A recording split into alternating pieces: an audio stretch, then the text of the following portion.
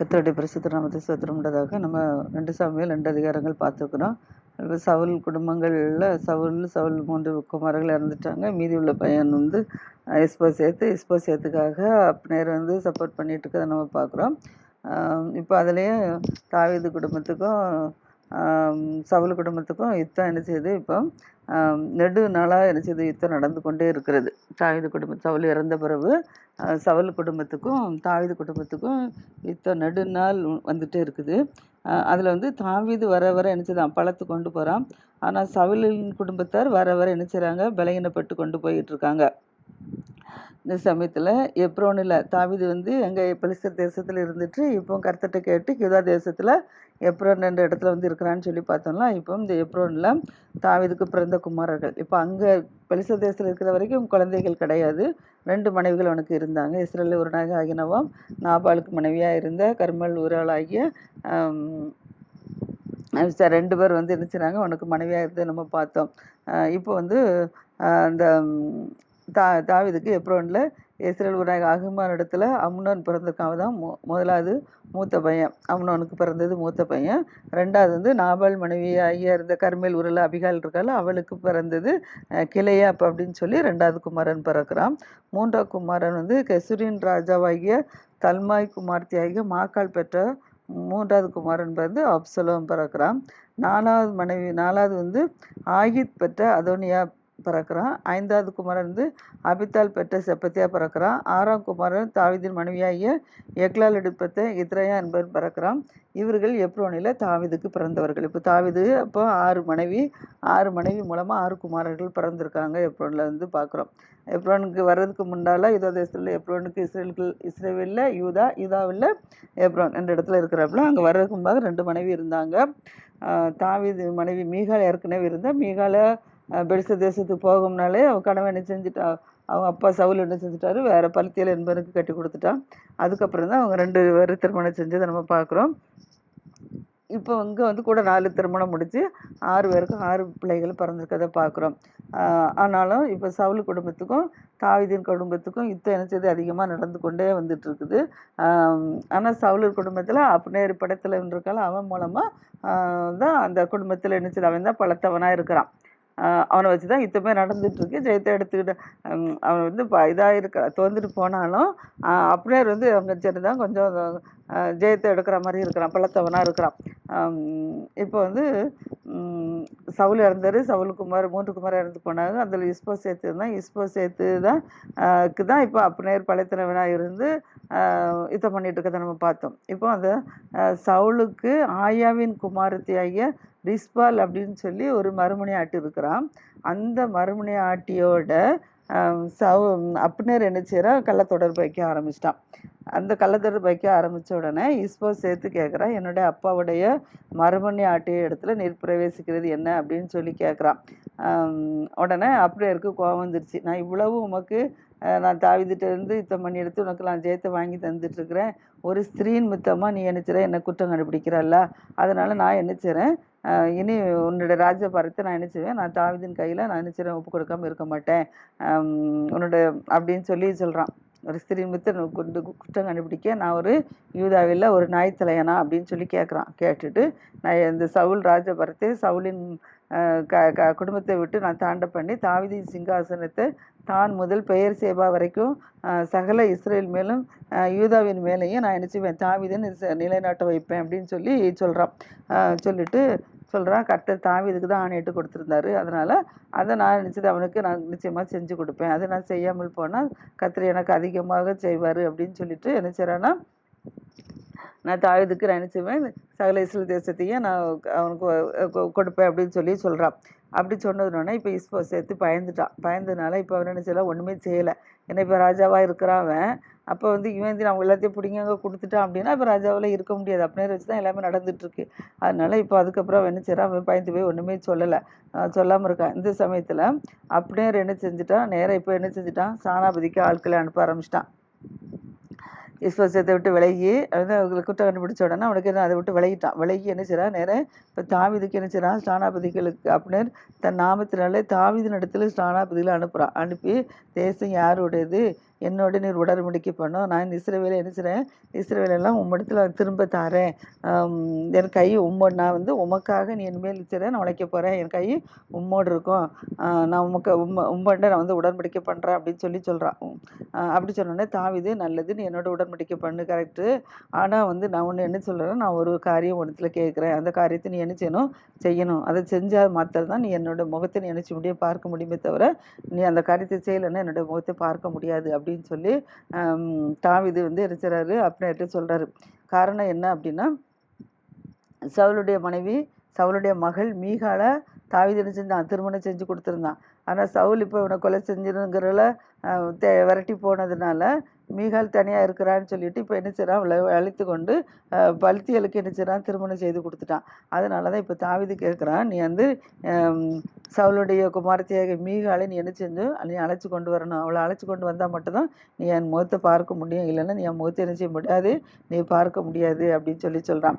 உடனே இப்போ அப்படியே எடுத்துறா ஸ்நானப்படுத்தில ஆளுக்களை அனுப்பி என்ன சொல்கிறான்னா, தாவீது என்ன சொல்கிறாருன்னா, நான் வந்து 100 ஏன்னா சவுல் வந்து பெலிஸ்தர் கையினால் தாவீதை பழி வாங்கணும் அப்படிங்கிறதுக்காக பெலிஸ்தர் தேசத்தில் 100 பேரை கொண்டு 100 பேர் நுனித்தோலை கொண்டு வந்தால் நான் என்னுடைய மகளை பரிசத்துக்கு பதிலாக நான் இதை கொடுப்பேன் அப்படின்னு சொல்லிட்டான்ல. அப்போ இருந்து பார்க்கும்போது அந்த காலத்தில் ஆண்கள் தான் பரிசம் கொடுத்து திருமணம் முடிச்சிருக்கிறாங்க. அதனால தான் சொல்லுதான், நான் பரிசத்துக்கு பதிலாக நான் நினைச்சிறேன், எனக்கு பெலிஸ்தர் தேசத்தில் 100 பேர் நுனித்தோலை கொண்டு வந்தால் போதும்னு சொல்கிறான். ஆனால் தாவீது என்ன செஞ்சுட்டான், 100 தான் கேட்டான், ஆனால் 200 பேரை கொண்டு 200 நுனித்தோலை எண்ணி கொடுத்தான். அதனால் அவருடைய மகன் மீகாலை என்ன செஞ்சான், திருமணம் செஞ்சு கொடுத்தான். முதல்ல கோலியாத்தை வெட்டி கொண்டுட்டு வரும்போது கோலியாத்தை யார் கொள்கிறாங்களோ அவங்களுக்கு மகளை கொடுப்பேன்னு சொன்னான். ஆனால் தாவீது கோலியாத்தை கொண்டுட்டு வந்தான். ஆனால் மூத்த மகளை கொடுக்க போகிறேன்னு சொல்லிட்டு கடைசியில் இருந்துச்சு நான் கொடுக்காம ஏமாற்றிட்டான். அதுக்கப்புறம் தான் 2வது மகள் மீகால் தாவீதை அதிகமாக நேசித்ததுனால சரி இப்படி மீகாலை கொடுத்துட்டு நான் தாவீதை கையினால் பழி வாங்குவேன் அப்படிங்கிறனால தான் செஞ்சேன். அதனால தான் பழி வாங்கணுங்க எண்ணத்தில் இருக்கனால தான் பெலிஸ்தர் தேசத்தில் போய் 100 பேரை கொண்டுட்டு வந்து 100 நுனித்தோலை எண்ணிட்டு வான்னு சொல்கிறான். ஆனால் தாவீது நினைச்சிட்டாரு, 200 பேர் கொண்டு 200 நுனித்தோலை எண்ணி கொடுத்த உடனே அதுக்கப்புறம் சவுலால் மறுப்பு தெரிவிக்க முடியல. அதனால மீகாலை திருமணம் செஞ்சு கொடுத்துருந்தாரு. இப்போ அதுலேயும் அப்படி இந்த பொல்லாத வந்து இறங்கினால தாவீது சிரமண்டலம் வாசித்து அந்த பேய்களெல்லாம் விரட்ட ஆரம்பித்தான்ல. அதுக்கப்புறம் என்ன செய்யலாம், காய்மரத்தில் இருந்தால் ராஜாங்க பதவி இவனுக்கு கிடச்சிரும், நமக்கும் நம்முடைய பிள்ளைகளுக்கு கிடைக்காது அப்படிங்கிறனால இவனை எப்படியா கொண்டுறணும். ஏன்னா கர்த்தர் சொல்லிட்டார்ல ஏற்கனவே, சவுல் வந்து அமலேக்கரை அழிக்க சொன்னபோது அழிக்காமல் ராஜாவையும் மற்றும் முதல் தரமான 2வது தரமான ஆடு மாடுகளை எல்லாம் கொண்டு வந்ததுனால கர்த்தருக்கு பிடிக்கல. அதனால ராஜ பதவி உன்னை விட்டு விலகி உன்னுடைய தோல் எனக்கு கொடுக்கப்பட்டதுன்னு சொல்லி முன்னாலே சாமியில் சொல்லிட்டார்ல. அதன்படியாக இப்போ என்ன செஞ்சிட்டாரு அப்படின்னா, நமக்கு தெரியும்ல அவருக்கு, அதனால ராஜபதி நமக்கு நம்முடைய பிள்ளைகளுக்கு கிடைக்காது அப்படின்னு தெரியும்ல அவனுக்கு. அதனால தான் எப்படியாவது நம்ம தாவீதை கொண்டுட்டாதான் நம்ம பிள்ளைகளுக்கு கிடைக்கும் அப்படிங்கிறனால தான் அவன் கொலை செய்ய வகை தேடினதுனால அவனை காட்டுக்குள்ளே தாவீது ஓடி போய் ஒளிஞ்சு போனதுனால இவன் தன்னுடைய மகளை பல்த்தியலுக்கு கொடுத்துட்டான். இப்போ கொடுத்துருந்தான். இப்போ தாவீது என்ன செய்கிறாரு அப்படின்னா, நான் வந்து 100 நுனித்தோல்னால பரிசம் கொடுத்து நான் என்ன செஞ்சேன், நான் திருமணம் முடிச்சதானா என்னுடைய மனைவி மீகாலை என்ன செஞ்சணும், நீ அழைச்சிட்டு வந்தால் மாத்திரம் தான் நீ என் முகத்தில் முழிக்க முடியும், இல்லைன்னா முழிக்க முடியாது அப்படின்னு சொல்லி அப்னேர்கிட்ட இப்போ தாவீது சொல்கிறான்.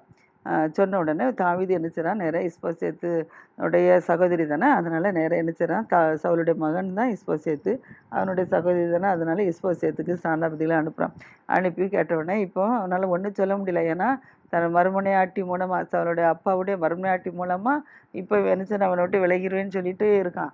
அப்போ நமக்கு இது செய்யலைன்னா அப்படி நம்மளை விட்டு விலகி போயிடக்கூடாதுன்னு பயந்து போய் இஸ்போசேத்து என்ன செய்கிறான்னா, இப்போ அங்கே ஸ்தானாபதிகளை அனுப்பி என்ன செய்கிறான் அப்படின்னு அனுப்பி அவனை வேணும்னு சொல்லி கூப்பிட்ட உடனே இப்போ அவன் என்ன செய்கிறான், மீகாலை அனுப்பிவிடுன்னு சொல்கிறான். சொன்ன உடனே இப்போ மீகாலை என்ன செய்கிறான், நேராக போய் என்ன செய்கிறான், இஸ்போசேத்து அவனை லாய்ஸுக்கு முன்னாகிய பல்த்தியல் என புருஷனிடத்துலேருந்து அழைத்து வர என்ன செய்கிறான், ஆட்களை அனுப்பியிருக்கான்.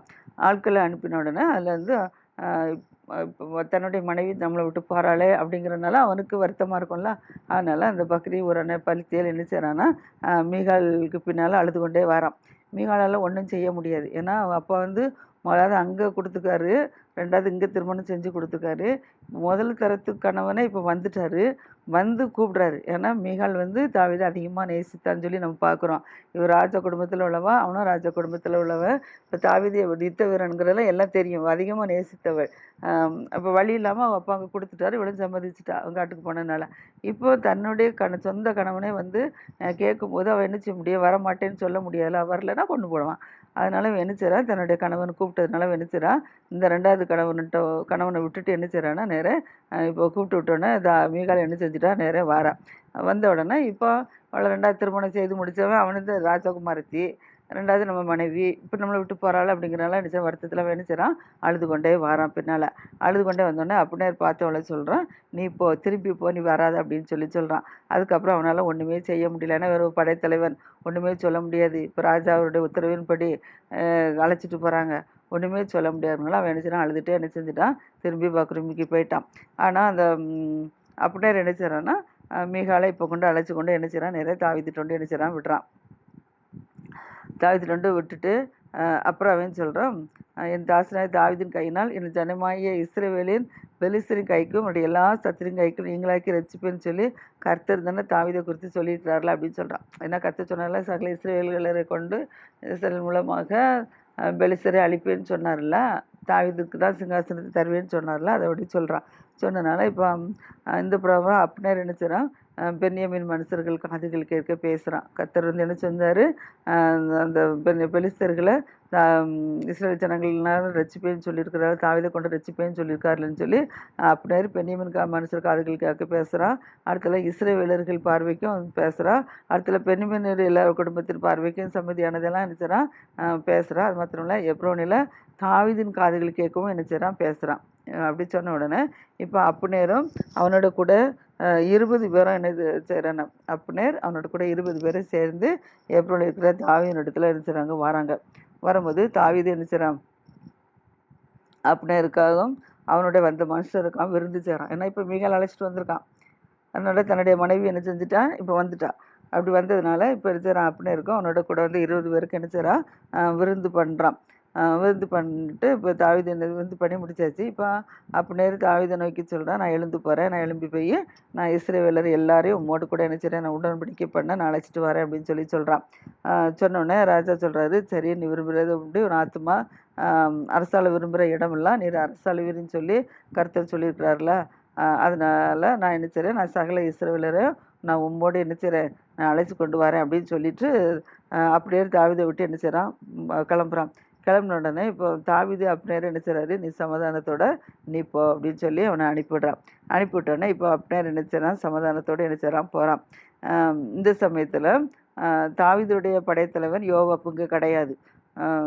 சேவகரும் தாவீதினுடைய சேவகர்கள் எல்லாம் இங்கே யாருமே கிடையாது, அவங்களே வேறு இடத்துக்கு என்ன செய்கிறாங்க, யுத்தத்துக்கு போயிட்டாங்க. அதனால் இப்போ அப்னேர் இங்கே தாவீது ராஜாட்ட வந்தது யோவாப்புக்கு என்ன செய்யாது தெரியாது, இவன் வந்து யுத்தத்துக்கு போயிட்டான்ல. அதனால் இப்போ என்ன செய்கிறான், இவன் அங்கே போயிட்டு நிறைய பொருட்களை யுத்தம் பண்ணி நிறையா பொருட்களை கொள்ளையாடி கொண்டுக்கிட்டு வந்துட்டுருக்கான்.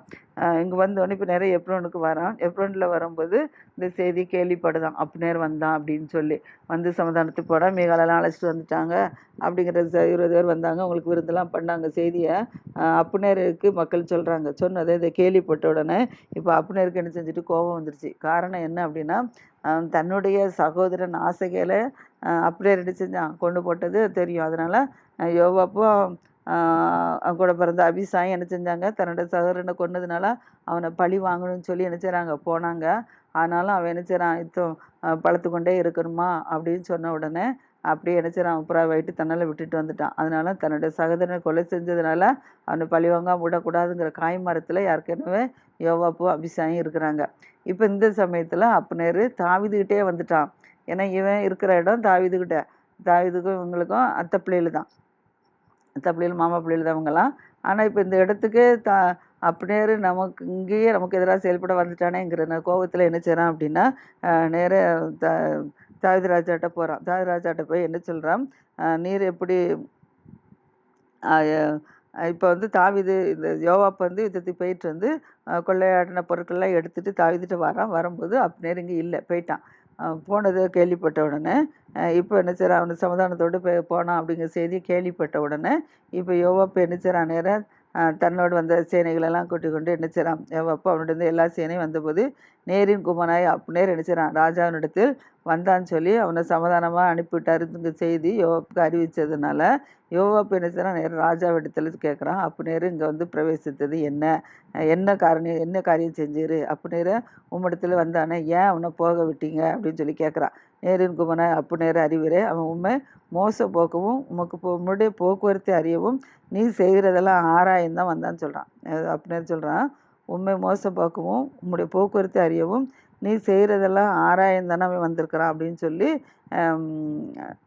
யோவாப் வந்து என்ன செய்கிறான், தாவீதுகிட்ட கேட்குறாப்புல. கேட்ட உடனே யோவாப் வந்து சொல்கிறான், தாவீதை விட்டு சொல்லிட்டு சொல்கிறான். அப்போ தாவீது என்ன கதைகளாக சொல்கிறார், எல்லா கதைகளும் சொன்னதை எல்லாம் கேட்டுக்கிட்டு இருந்தான். ஆனால் வந்து தன்னுடைய சகோதரனை கொண்டதுனால இவனை எப்படியோ கொல்லாம விடக்கூடாது அப்படின்னு சொல்லிட்டு இவன் என்ன செய்கிறான் அப்படின்னா, இப்போ தாவீதுக்கு தெரியாதபடிக்கு யோவாப்பு என்ன செய்கிறான் அப்படின்னா, அந்த தாவீதை விட்டு புறப்பட்டு நேராக என்ன செய்கிறான், அப்னேர் வந்து என்ன செய்கிறான், தாவீதுக்கு தெரியாதபடிக்கு அவனை கூட்டி கொண்டு வரும்படி என்ன செய்கிறான், ஆட்களை அனுப்புகிறான். தாவீதத்தில் பேசி முடிச்சாச்சு. தாவீதில் எல்லாம் சமாதானம் அனுப்பிட்டு எல்லாம் சொன்ன காரியங்களாம் அறிஞ்சுக்கிட்டு தான் இப்போ நேரம் என்ன செய்கிறான், அப்னேரை எப்படியாவது என்ன செஞ்சு கொண்டுறணும் அப்படின்னு சொல்லிட்டு தாவீது தெரியாமல் கொண்டுறணும் அப்படின்னு சொல்லிட்டு போகிறான். அப்படி போகும்போது தான் ஆட்களை அனுப்பிவிட்டு அவனை என்ன செய்தான் வர வைக்கிறான். உடனே இப்போ அப்னேர் என்ன செய்கிறான், சீரா என்னும் துறவு மட்டும் என்ன செய்ய அவங்க ஆட்களை போய் என்ன செய்கிறாங்க, அழைத்து கொண்டு வராங்க. அப்னேர் என்ன செய்கிறான், எப்ரோல தான் தாவீது இருக்காரு, தாவீது அழைச்சாருன்னு சொல்லி தான் ஏமாற்றி கூப்பிட்டோன்னே இப்போ தாவீது என்ன செய்கிறான், அப்னேர் தாவீது கூப்பிட்ருக்காருன்னு சொல்லிட்டு நேரம் என்ன செய்கிறான், அந்த எப்ரோனுக்கு என்ன செய்கிறான், திரும்பி வரும்போது யோவாப்பு அவனோட என்ன செய்கிறான், ரகசியமாக பேசுகிறது போல் பேசி ஒரு ஒளிமுக வாசலுக்கு என்ன செய்கிறான், அழைச்சிட்டு போகிறான். மட்டும் நான் ஒரு காரியம் பேசணும் அப்படின்னு சொல்லி ரகசியமாக பேசுகிற மாதிரி ஒளிமுக வாசலுக்கு அழைச்சிட்டு போகிறான். அங்கே ஒளிமுக வாசல்கிட்ட போய் ஒளிமுக வாசல் நடுவில் போன உடனே என்ன செய்கிறான் அப்படின்னா, நேரம் ஒளிமுக வாசல் நடுவே போய் ஒரு பக்கமாக என்ன செய்கிறான், அவளை அழைத்து கொண்டு போய் தன்னுடைய தம்பியை கொண்டான்ல, அதுக்கு அந்த ரத்தப்பிள்ளையை வாங்கணும்னு சொல்லிட்டு என்ன செய்கிறான்னா, நேராக அவனை வயிற்றில் என்ன செய்கிறான், குத்தி கொண்டு போட்டுட்டான். இப்போ தாவீது என்ன செய்கிறான், வயிற்றில் குத்தி கொண்டு போட்டான். தாவீது அதை கேட்குறான். இப்போ வந்து என்ன செய்கிறான் அப்படின்னு இருந்து இவனோட சமாதானமாக ஆகி போயிட்டான் அப்படிங்கிற நியூஸ்லாம் அவனுக்கு தெரியும். தெரிஞ்சு இவன் வந்து வயிற்றில் குத்தி கொண்டு போட்டுட்டாங்கிறதுனால என்ன செய்கிறாங்க அப்படின்னா, இப்போ தாவீதுக்கு என்ன செய்கிறேன்னா, மனசுக்கு ரொம்ப கஷ்டமாயிட்டேன்னா, இவன் வந்து தன்னோடு உடன்படிக்கை பண்ணிட்டான். சகல இஸ்ரவேலர்கள் கொண்டு இளைச்சர் என்னோட கூட்டி கொண்டு உடன்படிக்கை பண்ணிட்டான், நான் உம்மோடு கூட இருப்பேன்னு சொல்லிட்டு. அப்போ அப்படிங்கிறதுனால இப்போ தாவீதுக்கு என்ன செய்யுது, மிகுந்த கஷ்டமாயிடுச்சு. மிகுந்த கஷ்டமானதுனால இப்போ இவரை என்ன செய்கிறேன்னா, இது ரத்தத்திற்காக அப்படியே கொண்டு இந்த இரத்த பலிக்காக நீ என்ன சொன்ன, என் மேலும் என் ராஜ்யத்தின் மேலும் கர்த்தருக்கு முன்பாக என்றைக்கும் பழி இல்லை அப்படின்னு சொல்கிறான். ஏன்னா இப்போ வந்து என்ன செய்யறான், அப்னேர் வந்து தாவீது கொலை செய்யலை, தாவீது நேசிக்க தான் செஞ்சுருக்கான். ஆனால் வந்து யோவாப் தானே கொண்டிருக்கான். அதனால் தாவீது சொல்கிறார், கேட்டவுடனே நேருக்கு முன்னாடி அப்னேர் ரத்தத்துக்காக என் மேலே என் ராஜ்யத்தின் மேலும் கர்த்தருக்கு முன்பாக என்றைக்கும் பழி இல்லைன்னு சொல்லிட்டு அது வந்து யோபுடைய தலையின் மேலும் அவன் தகப்பனோட குடும்பத்தின் மேலே தான் சுமந்திருப்பதாக அப்படின்னு சொல்கிறான். ஏன்னா துணிச்சலாக செஞ்சுட்டாலாம் ராஜாவுக்கு தெரியாமல், அதனால தலையின் மேலே அவங்க தலைமையை சுமந்திருக்குன்னு சொல்லிட்டு யோபாவின் வீட்டில் பிரேமியக்காரன், குஷ்டரோகி, கோல் ஊன்றி நடக்கிறவன், பட்டயத்தால் விழுகிறவன், அப்பம் குறைச்சல் உள்ளவன், ஒரு கலைஞி ஒளிந்து போவாதுன்னு சாபம் போட்டான்.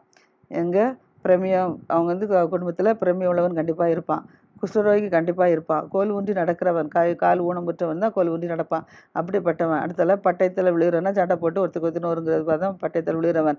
அடுத்தல அப்பம் குறைச்சல், சரியான ஆகாரம் இல்லாது கஷ்டப்படுறது, இதெல்லாம் உங்கள் குடும்பத்தில் ஒளிஞ்சு போகாது அப்படின்னு சொல்லி சாப்பிடும். தன்னுடைய அத்தை குடும்பம் தான்.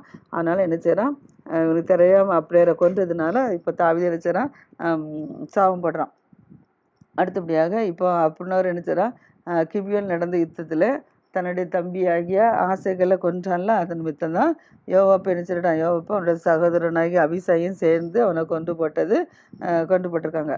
இப்போ தாவீது யோவாப்பையும் அவனுடைய சகல ஜனங்களையும் பார்த்து, யோவாப் அவனுடைய இந்த சகல ஜனங்களையும் பார்த்து, நீங்கள் உங்கள் வஸ்திரங்கள்லாம் கிழித்து கொண்டு ரட்டு உடுத்தி அப்னேருக்கு முன்பாக நீங்கள் என்ன செய்யுங்க, நடந்து போய் துக்கம் கொண்டாடுங்க அப்படின்னு சொல்லிட்டு தாவீது ராஜாவும் என்ன செய்கிறான், அந்த அப்னேரை தூக்கிட்டு போகிறாங்களோ அந்த பாடைக்கு பின்னால் என்ன செய்கிறான், அவனும் போயிட்டுருக்கான். சகல இஸ்ரவேலர்களும் அப்னேருக்காக துக்கம் கொண்டாட நடந்து போயிட்டு இருக்கிறாங்க. வஸ்திரங்கள்லாம் கிழித்து ரட்டு உடுத்தி போயிட்டுருக்குறாங்க. தாவீது என்ன செய்கிறான், பாடைக்கு பின்னாலே போய் கொண்டிருக்கிறான். இப்போ அப்னேரை நேரம் என்ன செய்கிறாங்க, எப்ரோனை கொண்டு என்ன செய்கிறாங்க, அடக்கம் பண்ணுறாங்க.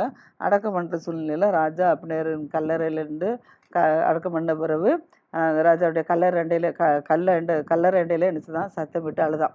இப்போ நேரம் அடக்கம் பண்ணி முடிச்சிட்டாங்க. சகல இஸ்ரவேலும் தாவீது சேர்ந்து அடக்கம் பண்ணி முடிச்சுட்டு அந்த கல்லறை அண்டையிலே தாவீது சத்தம் விட்டு அழுதுறான். ராஜா அழுத உடனே சகல இஸ்ரவேல் ஜனங்களும் அழுறாங்க. ஏன்னா அப்படியே கூட முன்னால் இருந்ததுனால எல்லாத்துக்கும் தெரியும்ல. அதனால் என்னால் என்ன செய்கிறாங்க, ராஜாவும் அழுறான், சகல ஜனங்களும் அழுறாங்க. இப்போ ராஜா அப்னேருக்காக புலம்பி, ஒரு மதிகட்டவன் சாகிறது போல் அப்னேர் செத்து போனானோ அப்படின்னு சொல்கிறார். ஏன்னா உன் கை இருந்துச்சு கட்டப்படவும் இல்லையே, உன் காலில் விலங்கு போடவும் இல்லையே, துஷ்டர் கையில் நீ மடிஞ்சு விருது போல் நீ மடிஞ்சு போயிட்டாயே அப்படின்னு சொல்லி அழுதா. அப்படி அழுத உடனே ஜனங்களும் என்ன செய்கிறாங்க, அதிகமாக என்ன செய்கிறாங்க, அப்னேருக்காக அழ ஆரம்பிச்சிட்டாங்க. அப்னேர் போராடலாம் இதான் படத்தில் கொஞ்சம் ஜெயத்தை வாங்கணும், போராட்டா நிற்கிறவன். அப்போ இப்போ அவனே கொண்டு வரணுன்னா சகல ஜனங்களும் என்ன செய்கிறாங்க, அழ ஆரம்பிச்சிட்டாங்க. என்ன அதுக்கப்புறம் ஜனங்கள் வந்து என்ன செய்கிறாங்க, இன்னும் கொஞ்சம் பொழுது இன்னும் இருக்குது, அந்த சமயத்தில் நீ அப்போ புசியும் அப்படின்னு சொல்லி தாவீது கூப்பிடுறாங்க. ஆனால் தாவீது என்ன சொல்கிறான், நான் சூரியன் அஸ்தமிக்கிற வரைக்கும் நான் என்ன செய்யப்பட்டேன், ஒரு அப்பத்தியாகிலும் வேறு தியாகிலும் நான் ருசி பார்த்தால் தேவன் அதுக்கு எனக்கு சரியாகவும் அதுக்கு அதிகமாக செய்ய கடவுள்னு சொல்லி ஆணையிட்டு சொல்கிறான். அப்படி ஆணையிட்டு சொன்னோன்னே இப்போ சகல இஸ்ரேல் ஜனங்களும் இதை கவனிக்கிறாங்க.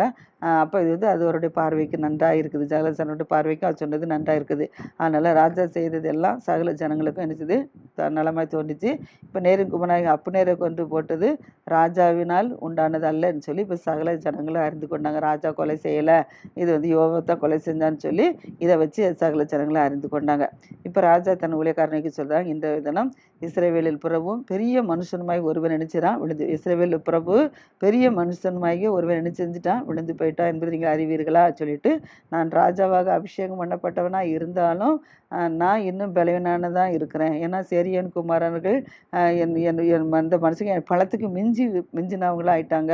அதனால இந்த பொல்லாப்பை செய்தவனுக்கு கர்த்தர் அவனுக்கு பொல்லாப்பு தக்கதாக சரி கட்டுவார் அப்படின்னு சொல்லி தாவீது சொல்றதை பார்க்குறோம். அதுக்கப்புறம் என்ன நடந்துச்சு நாளைக்கு கர்த்தர் ஆசிரியப்பாராக.